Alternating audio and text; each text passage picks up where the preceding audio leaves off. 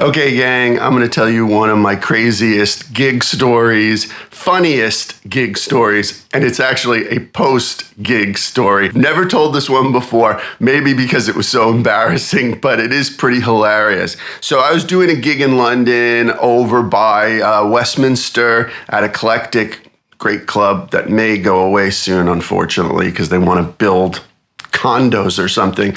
And so I got on the tube to go home because it was about a 40 minute ride for me to get back to Chiswick, where I lived. And I get on the tube. It's about 11:30 at night, I guess, because, you know, some tubes don't run after 12 in London. And so I'm on the tube and I had my lap steel. I had probably another satchel with bows that I use when I play the lap steel sometimes, and other implements like, you know, I use these stakes to put them between the strings, you know, so, you know, like a longer tube. And then to carry my little amp, because you can't use a big amp in London, and some other stuff, I had basically a soft rolly suitcase. It was about 3.5 feet high, kind of like a weekender thing that you could fit an amp and a bunch of crap in. If you've ever seen my videos of me playing, I use a lot of implements. But one of the implements I use, wait for it, and you've probably seen this in a video, is an electric dildo that I got, wait for it again, from Poundland. Yes, I bought a vibrator from Poundland in London.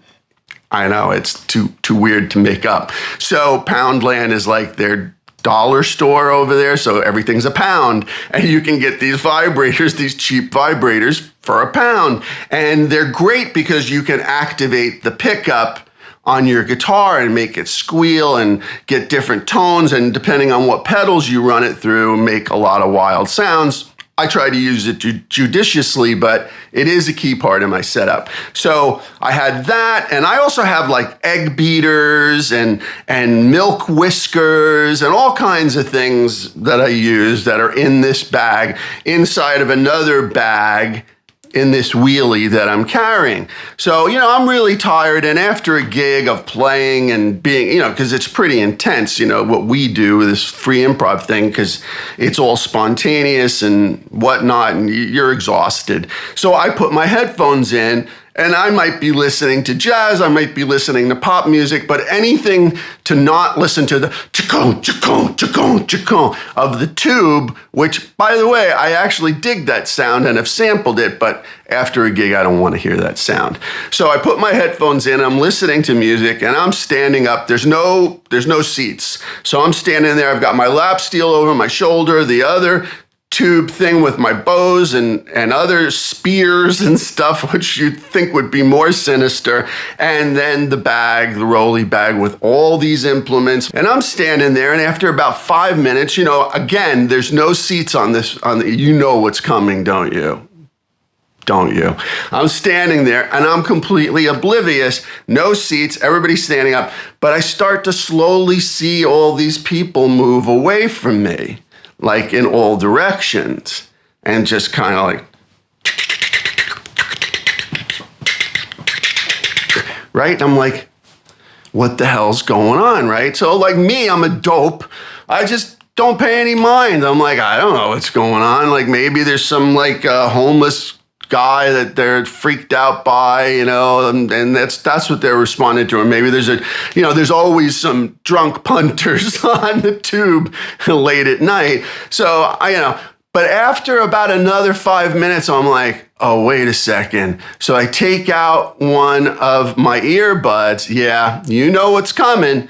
And I hear the vibrator going off in my bag. That's what they were responding to. Now, if it was an explosive device or something, it wouldn't have mattered, and we would have been I don't know why they're moving away at that point if they can't get off the train, but I digress. But the problem is, I can't do anything about it, right? Like, I'm like, oh my God. Okay, so the vibrator somehow, because it's a twist thing, it got activated, but there's nothing I can do about it. Like, what am I going to do? Reach in and grab this dildo in front of everybody, turn it off and go, sorry, and then put it back in?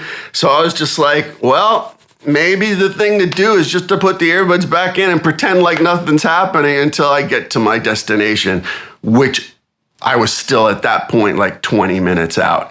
So that was like the most humiliating, embarrassing, and hilarious. I mean, I guess it wasn't funny for them and I apologize, but like, I mean, I think I did reach in and try to like find it, but you know, at one point I accidentally like the milk whisker for the coffee milk whisker, like that thing you have to actually touch to activate. And I reached in and hit that thing by accident, and then that went off. So I was like, okay, I'm just making this worse. You know, maybe the thing to do would just be an idiot and show how stupid I am and pull out the vibrator, turn it off, sorry, you know, and put it back in. But in the moment I didn't, and I'm a dope, and I'm sorry for those people on the tube, but that was my stupidest, worst after gig story ever. I'll never live it down. I'm sorry.